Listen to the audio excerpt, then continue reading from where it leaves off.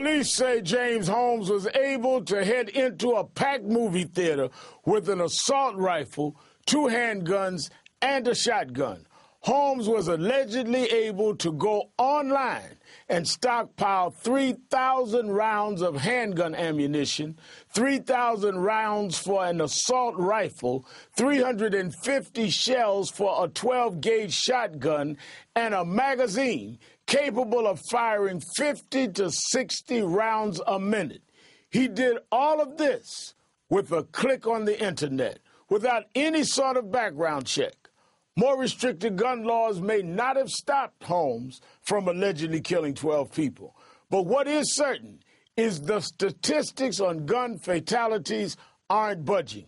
The number of mass shootings in the United States, averaging 20 per year, has remained relatively stable over decades. And according to the FBI, the number of annual gun homicides since 2002 has stayed about the same, about 10,000. Would new gun legislation help bring these numbers down? And why isn't Congress doing anything to introduce new laws? One congressman voiced his theory on the House floor today. What is as appalling as the loss of life is the fact that we not only refuse to do anything about it, but we allow political bullies to intimidate us from even researching the facts. I find it appalling that we as citizens have enabled Congress to act in a spineless fashion, to be taken over in the area of gun safety by the NRA, that we refuse to deal with something that has serious law enforcement implications, so that we alone in the developed world are most at risk for random gun violence. Joining me now is that Congressman, Earl Blumenauer, Democrat from Oregon. Congressman, first of all, thanks for being here tonight. My pleasure. Let me ask you, what would stop these mass killings from happening again, in your view? Well, as you've stated, we've had a series of these that have gone on year after year. But the point is, we don't do anything to make it harder. We've had legislation in the aftermath of events in the past, President Kennedy's assassination. We had an assault weapon ban. But basically, over the course of the last 20 years, we've basically given up. And I think that's unfortunate. It's reached the point where the NRA has actually colluded with some of its allies in Congress that it's illegal for the federal government to collect the information, to be able to analyze it, to study it. We have these people actually arguing that we ought to keep people who are on the terrorist list, that we don't want them to fly, that they can purchase handguns legally. It's absurd. And ultimately, we're going to have to face this if we're ever going to change it.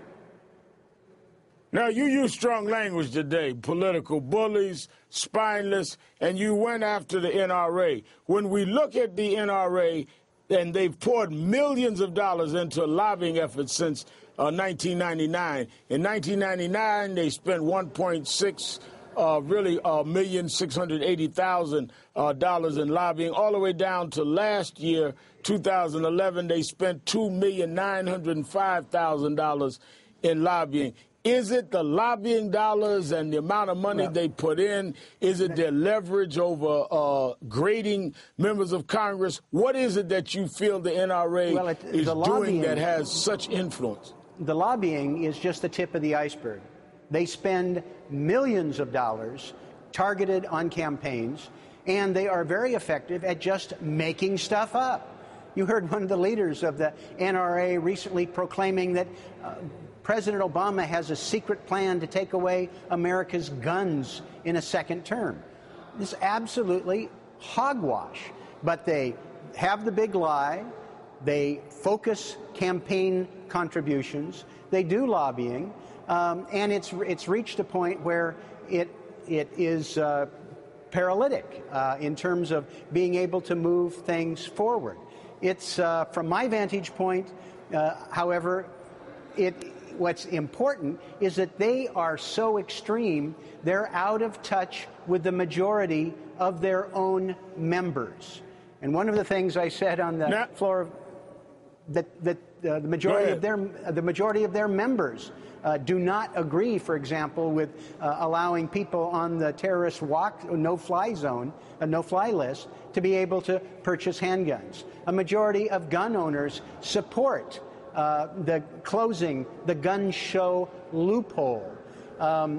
Things like you mentioned that this gentleman, the alleged shooter, had a magazine that would hold 100 rounds of ammunition for this essentially machine gun. If it hadn't jammed, we'd probably be looking at far more carnage.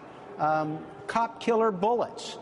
Most NRA members, as well as most Americans, don't think that those ought to be freely available to buy like Tic Tacs. We're all, although I think, in this together. Americans, I'm afraid, have gotten a little numb to this, and after a week or two, we sort of move on. And all of us have a stake in making sure that we deal with this realistically.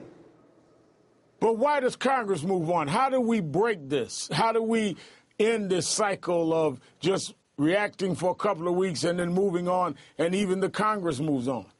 Yeah, well, part of the problem is that because of the collapse of the legislative process in the Senate, where you can't even enact simple things anymore without 60 votes, it's essentially impossible at this point that they're going to move something forward.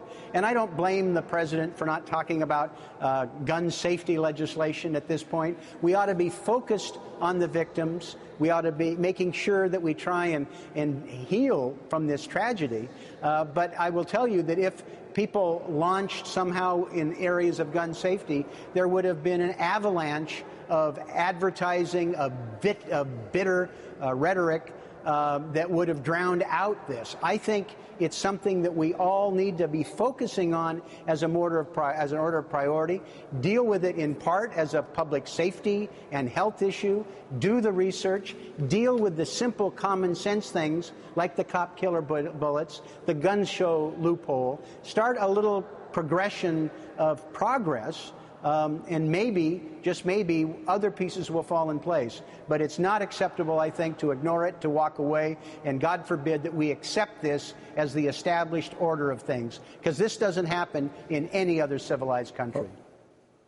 Well, Congressman Earl Blumenauer, first of all, let me thank you for speaking up on this and give you your props. We're thinking about having a segment on Politics Nation, giving you props. You would win this today for speaking out. Thanks for your time tonight. My pleasure. Thanks for talking about it. Ahead, coming up, Elizabeth Warren on taking on Scott Brown and the big banks. Stay with us.